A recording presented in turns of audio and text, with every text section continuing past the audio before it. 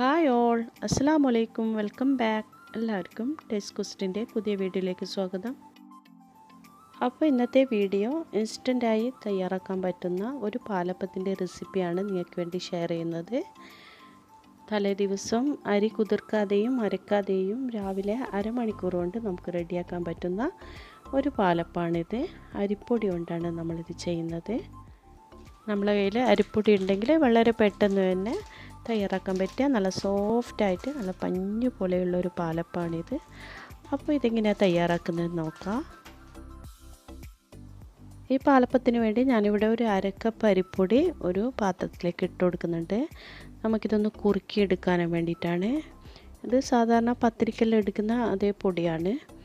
അപ്പോൾ അതിൽ ഒരു 1.5 കപ്പ് വെള്ളം കുറേശ്ശെ ഒഴിച്ചിട്ട് ഒന്ന് നന്നായിട്ടൊന്ന് മിക്സാക്കി എടുക്കണം. കട്ടയൊന്നും കൂടാണ്ട് നല്ലോണം ഒന്ന് മിക്സാക്കി എടുക്കണം.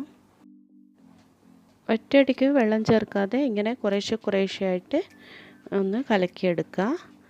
ഞാനിവിടെ 1.5 കപ്പോളം വെള്ളം യൂസ് ചെയ്തിട്ടുണ്ട്. എന്നിട്ട് നമുക്കിതൊന്ന് അടുപ്പിൽ വെച്ചിട്ട് ഒന്ന് കുറുക്കിയെടുക്കുക.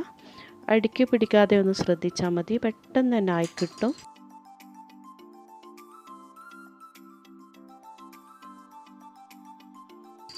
ഇതാ ഇപ്പോൾ ഈ അരിപ്പൊടി ഒന്ന് റെഡിയായിട്ട് ഒന്ന് കുറുകി കിട്ടിയിട്ടുണ്ട്. ഇത് നമുക്കൊന്ന് മാറ്റി വെക്കാം. ഇത് ചൂടോട് കൂടി തന്നെയാണ് നമ്മൾ യൂസ് ചെയ്യുന്നത്. ഇനി നമുക്ക് ഒരു ബൗളെടുത്തിട്ട് 1.5 കപ്പോളം അരിപ്പൊടി ഇട്ട് കൊടുക്കുന്നുണ്ട്. മൊത്തത്തിൽ 2 കപ്പ് അരിയാണ് ഞാനിവിടെ യൂസ് ചെയ്തത്. ആദ്യം 1/2 കപ്പ് ഒന്ന് കുറുക്കിയെടുത്തു. ബാക്കി 1.5 കപ്പ് ഈ ഒരു ബൗളിലേക്ക് ചേർത്ത് കൊടുത്തിട്ടുണ്ട്.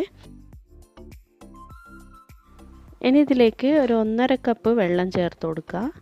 എന്നിട്ട് നന്നായിട്ടൊന്ന് മിക്സ് ചെയ്തെടുക്കുക. നമ്മൾ ദോശമാവിൻ്റെ അരിയൊക്കെ പോലെ ഒന്ന് ആ ഒരു കൺസിസ്റ്റൻസിയിൽ ഒന്ന് നന്നായിട്ടൊന്ന് മിക്സ് ചെയ്തെടുക്കുക. കട്ടയൊന്നും ഇല്ലാണ്ട് നല്ലോണം ഇങ്ങനെ ഒരു വിസ്ക് എടുത്തിട്ട് നന്നായിട്ടൊന്ന് മിക്സ് ചെയ്തെടുക്കുക.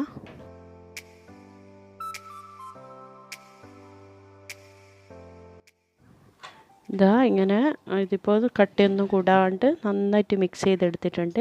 ഇനി ഒരു മിക്സിയുടെ ജാർ എടുത്തിട്ട് നമുക്ക് ഇത് മിക്സിയിലേക്ക് ഒന്ന് ഒഴിച്ചു കൊടുക്കാം.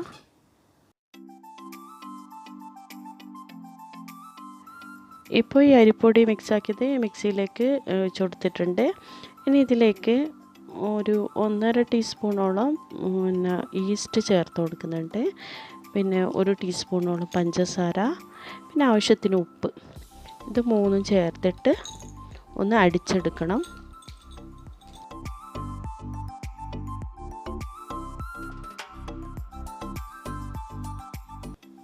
ഇപ്പോൾ ഇത് നന്നായിട്ട് അടിച്ചെടുത്തിട്ടുണ്ട്.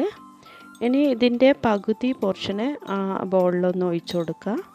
പകുതി മിക്സിയിൽ തന്നെ വെച്ചിട്ട് നമ്മൾ നേരത്തെ കുറുക്കി വെച്ച ഈ അരിപ്പൊടി ഉണ്ടല്ലോ, അത് ചൂടോടുകൂടി തന്നെ മിക്സിയിലിട്ടൊന്ന് അടിച്ചെടുക്കുക.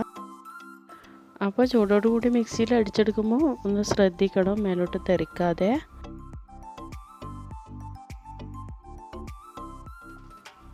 ഇപ്പോൾ ഫുള്ള് നന്നായിട്ട് അടിച്ചെടുത്തിട്ടുണ്ട്. ഇനി നമ്മൾ നേരത്തെ ആ ബൗളിൽ തന്നെ ഇത് എല്ലാം കൂടി ഒന്ന് ഒഴിച്ചു കൊടുക്കുക. ഇത് നന്നായിട്ട് മിക്സ് ചെയ്ത് കൊടുക്കുക. നമ്മൾ ചൂടോട് കൂടെ ഉള്ള ആ അരി കുറുക്കിയത് കൂടി ചേർത്ത് അടിച്ചതുകൊണ്ട് ഇതിൽ ചേർത്ത് ഈസ്റ്റൊക്കെ നന്നായിട്ടൊന്ന് ആക്റ്റീവ് ആവും. നല്ല കട്ടിയായിട്ട് തോന്നുന്നുണ്ടെങ്കിൽ നമ്മൾ മിക്സിയിൽ കുറച്ചുകൂടി വെള്ളം ഒന്ന് ഒഴിച്ചിട്ട് ഒന്ന് കലക്കിയിട്ട് അതുകൂടി ചേർത്ത് കൊടുക്കുക. എന്നിട്ട് നന്നായിട്ടൊന്ന് മിക്സ് ചെയ്തതിന് ശേഷം ഒരു അരമണിക്കൂറത്തേക്ക് ഇതൊന്ന് മൂടി വെക്കണം. അപ്പോൾ നമ്മൾ അപ്പത്തിന് ഒരു കറിയൊക്കെ ഉണ്ടാക്കുന്ന ടൈം അത്ര മതി. ആ സമയം വരെ ഇതൊന്ന് നമുക്ക് അടച്ച് വെക്കാം. അപ്പോൾ ഇപ്പോൾ ഒരു 30 മിനിറ്റ് കഴിഞ്ഞിട്ടുണ്ട്. ഞാൻ തുറന്ന് നോക്കുക. അപ്പോൾ കണ്ടില്ലേ, ഒന്ന് നന്നായിട്ട് ഒന്ന് പൊന്തി ബബിൾസൊക്കെ വന്നിട്ടുണ്ട്. ഒന്ന് നന്നായി കുറുകി ഒരു നല്ല കട്ടിയുള്ള പരുവത്തിലാണ് നിൽക്കുന്നത്. ഇനി നമുക്കൊരു 1/4 കപ്പോളം നല്ല കട്ടിയുള്ള തേങ്ങാപ്പാൽ കുറച്ചൊന്ന് ഒഴിച്ചു കൊടുത്തിട്ട് ഒരു അപ്പത്ത് ഉണ്ടാക്കുന്ന ഒരു കൺസിസ്റ്റൻസിയിൽ ഈ മാവ് ആക്കിയെടുക്കുക. അപ്പോൾ തേങ്ങാപ്പാലിന് വേണമെന്നൊന്നും നിർബന്ധമൊന്നുമില്ല കേട്ടോ. ഞാൻ തേങ്ങാപ്പാലോട് ചേർത്താൽ കുറച്ചുകൂടി ടേസ്റ്റി ആവുമല്ലോ എന്ന് വിചാരിച്ചിട്ടാണ്. അല്ലെങ്കിൽ നല്ല കട്ടിയിലായിരിക്കുന്നതെങ്കിൽ കുറച്ച് വെള്ളം ചേർത്തിട്ട് ഒന്ന് ലൂസാക്കി എടുത്താലും മതി. അപ്പോൾ നമ്മുടെ ബാറ്റർ ഇവിടെ റെഡിയായി. ഇനി നമുക്ക് അപ്പം ഉണ്ടാക്കി തുടങ്ങാം. അപ്പച്ചട്ടി നല്ലോണം ചൂടായി കഴിഞ്ഞാൽ ഒരു തവി ഒഴിച്ചിട്ട് ഇങ്ങനെ ചുറ്റിച്ചെടുക്കാം. അപ്പോൾ ഒരു കാര്യം ശ്രദ്ധിക്കേണ്ടതെന്ന് വെച്ചാൽ ചട്ടി നല്ല ചൂടാവണം. ഓവറായിട്ട് ചൂടാവാനും പാടില്ല, തീരെ ചൂട് ഇല്ലാതെ ഇരിക്കാനും പാടില്ല. ഓവറായിട്ട് ചൂടായി കഴിഞ്ഞാൽ ആകെ ഉരുണ്ട് കിടക്കും. പിന്നെ ചൂടില്ലാതെ ആകുമ്പോൾ ഇങ്ങനെ ഓൾസും വരില്ല. അതൊന്ന് ശ്രദ്ധിച്ചാൽ മതി.